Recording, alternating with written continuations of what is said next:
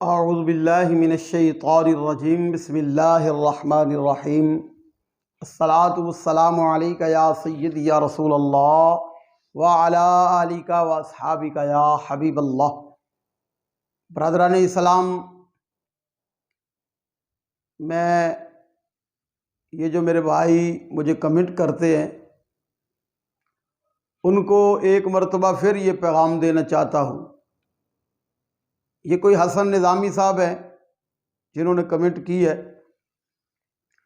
और उन्होंने कहा है कि आपकी औकात तो ये है कि आपके क्लिप को 500 बंदों ने भी नहीं देखा है। अब वो मुझे मेरी औकात याद करवा रहे हैं। तो मैं उस भाई से ये कहना चाहता हूँ कि ये जो हम मैदान अमल में आए हैं ये बंदों के लिए नहीं आए हैं कि हमें बंदे जो हैं वो फॉलो करें, या अपनी वाह वाह के लिए नहीं आए हैं। हम मैदान अमल में अपने दोस्तों के मशवरे से और उनकी फरमाइश से मैदान अमल में इसलिए आए हैं कि सिर्फ और सिर्फ हमें 500 की ज़रूरत नहीं, एक बंदे का भी ईमान महफूज हो गया तो हमारी कोशिश जो है वो कामयाब हो गई। हम कामयाबी की मंजिल पे पहुंच गए। हम बंदों के लिए नहीं और अपने आप को पॉपुलर करने के लिए नहीं, या ये माल दौलत कमाने के लिए नहीं। हम तो अल्लाह रसूल के दीन को लोगों के सामने सही मायनों में रखने के लिए हाजिर हुए हैं भाई। तो आप जिस तरह मर्जी सोचते रहे, बस हमारी तो ये कोशिश है। तो हमारे भाई ने एक बड़ी अजीब कमेंट की है, मैं उसका आप जवाब जो है आसान तरीके से देना चाहता हूँ। वो ये है, भाई कहता है कि आपके पापा जानी यानी कि मौलाना मोहम्मद इलियास कादरी साहब, कहता है कि इंजीनियर साहब तो उसकी 10 साल तरबियत में रहे हैं। तो 10 साल तरबियत में रहने के बाद भी इंजीनियर साहब जो है वो सही रास्ते पे अगर नहीं चले तो ये इंजीनियर साहब का कसूर नहीं है, आपके पापा जानी का कसूर है। कहता है कि मौलाना इलियास कादरी साहब के पल्ले कुछ नहीं, उनकी वलायत ने काम नहीं किया तो इंजीनियर साहब को वो नहीं संभाल सके, तो इंजीनियर साहब पे रंग जो है वो नहीं चढ़ सका। तो लिहाजा इंजीनियर साहब का कोई कसूर नहीं, ये तो आपके इलियास कादरी साहब के पल्ले कुछ नहीं। ये मेरे बेली ने मुझे कमेंट की है। तो मैं ये कहना चाहूँगा कि या तो आपके पास अकल नहीं और या दीन की सूझबूझ नहीं, या कुरान करीम फुरकान हमीद को आपने पढ़ना तो दूर की बात है देखा तक नहीं। क्योंकि अगर कुरान पाक को देखते तो कुरान पाक के अंदर ही तुझे सारे जवाब मिल जाते। अब मैं वाज़े तौर पर यह कहना चाहता हूँ कि अगर इंजीनियर साहब 10 साल किबला मौलाना मोहम्मद इलियास कादरी साहब की तरबियत में रहकर फिर इंजीनियर के इंजीनियर ही हैं, तो इसमें पापा जानी का अगर कसूर मानते हो तो थोड़ी देर के लिए सोचो कि शैतान पाक फरिश्तों में रहा करता था। तो आदम अलैहिस्सलाम को फरिश्तों ने सजदा किया, अब शैतान ने नहीं किया। तो अब अल्लाह की कुदरत के बारे में आपका भी क्या ख्याल है? क्या अल्लाह की कुदरत के अंदर ये ताकत नहीं थी कि शैतान जो है वो सजदा करता?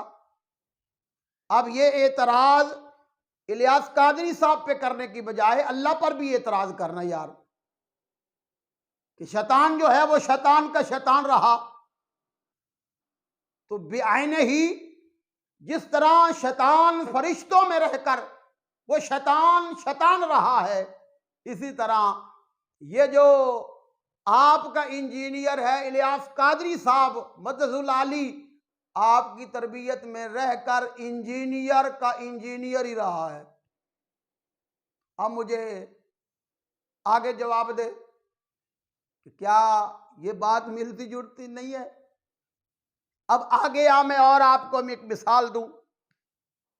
मेरे आका करीम अलैहिस्सलाम के पीछे नमाजें पढ़ने वाले हुजूर के चेहरा वद्दुहा को ईमान की हालत में देखने वाले और हुजूर का दीदार करने के बाद कलमे शरीफ की चाशनी लेने के बाद कलमे की तासीर में हुजूर के दीदार की लज्जत में जो अपनी सारी जिंदगी गुजारते रहे, वो मेरे आका के सच्चे सहाबा हैं। तो उनको हम इज्जत का सलाम करते हैं, उनके लिए अपनी जानों का नजराना देते हैं। और ये 1,24,000 कमो पेश ये मेरे आका के पाक सहाबा हैं, जिन्होंने कलमे की लज्जत में हुजूर के दीदार की लज्जत में सारी ज़िंदगी गुजार दी और आखिरी ज़िंदगी के लम्हे तक वो हुजूर पर इस तरह फिदा होने वाले थे। ये सहाबा हैं। तो अब हुजूर की तरबियत में अब्दुल्ला बिन उबई भी तो रहा है। तुझे कुरान के साथ लगाव होता, कुरान का इल्म होता, तो ये सारी चीज़ें, हदीस का इल्म होता, तो ये सारी, मुझे कमेंट करने से पहले ये 1000 बार सोचता। अब जब छेड़ लिया है तो अब सुन कि ये अब्दुल्ला बिन उबई जो हुजूर के पीछे ही नमाजें पढ़ता था, ये मुनाफिक था। तो ये अंदर से भी मुनाफिक था, यानी कि ये अंदर से गलीज था, इसलिए वो मुनाफिक ही रहा।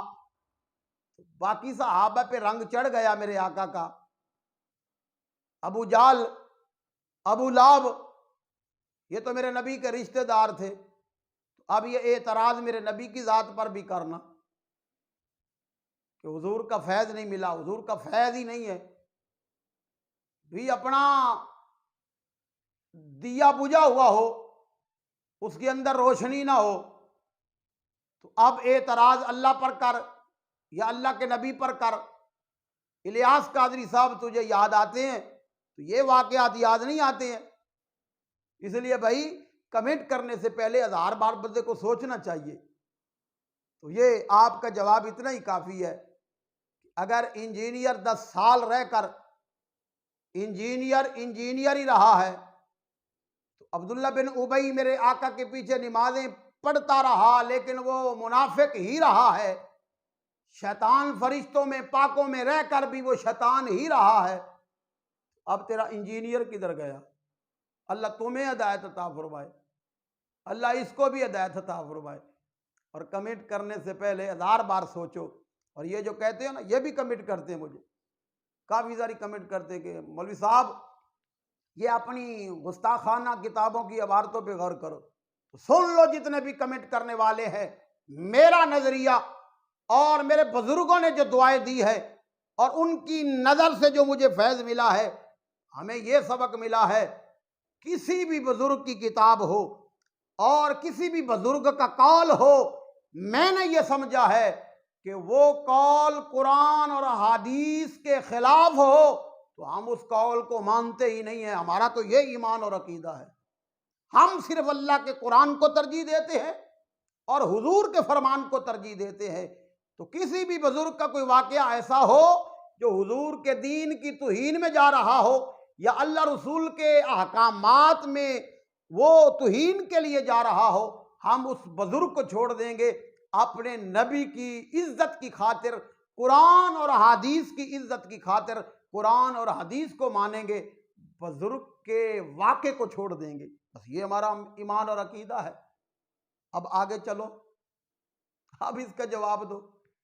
मेरा ये नज़रिया है, हम अपने नबी की इज्जत, कुरान की इज्जत और आका के फरमान की इज्जत को तरजीह देंगे, किसी भी बुजुर्ग के कौल को वहां पे नहीं मानेंगे।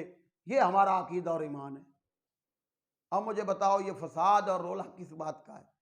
ये जो रोला डाला हुआ है ना, ये फसाद बनाया हुआ है, इसको छोड़ दो। अगर ये कहते हैं ना कि ये बरेलवी, ये देवबंदी, ये वहाबी, ये फिरकों में निकले हुए हैं, फिरकों से निकले हुए हैं, फिरके बनाए हुए हैं, तो अब बचे तो आप भी नहीं है, क्योंकि आप तो मुस्लिम किताबी है। जिस तरह देवबंदी, बरेलवी, वहाबी तो मुस्लिम इल्म किताबी। अब पल्ले तो आपके भी कुछ नहीं रहा, आप भी उसी सब में, उसी लाइन में खड़े हुए हैं। अगर ये बात करेंगे तो अगर हम बरेलवी और देवबंदी ये हुए हैं ना, तो आप भी तो मुस्लिम किताबी हो चुके हैं। तो फिर पता चला आप भी, अगर हम जहन्नमी हैं तो आप भी हमारे साथ जनाब जहन्नम में जाएंगे जरूर, क्योंकि आपने भी तो एक नया जो है मसलक बनाया हुआ है। इसलिए होश करें, अकल का इलाज करवाएं, किसी अकल वाले, किसी अल्लाह के कामिल वली के पास जाएं तो आपकी अकल जो है वो ठीक हो जाएगी। और ये रूहानियत का जो इल्म है सिर्फ अल्लाह के वलियों से मिलेगा इस दौर के अंदर।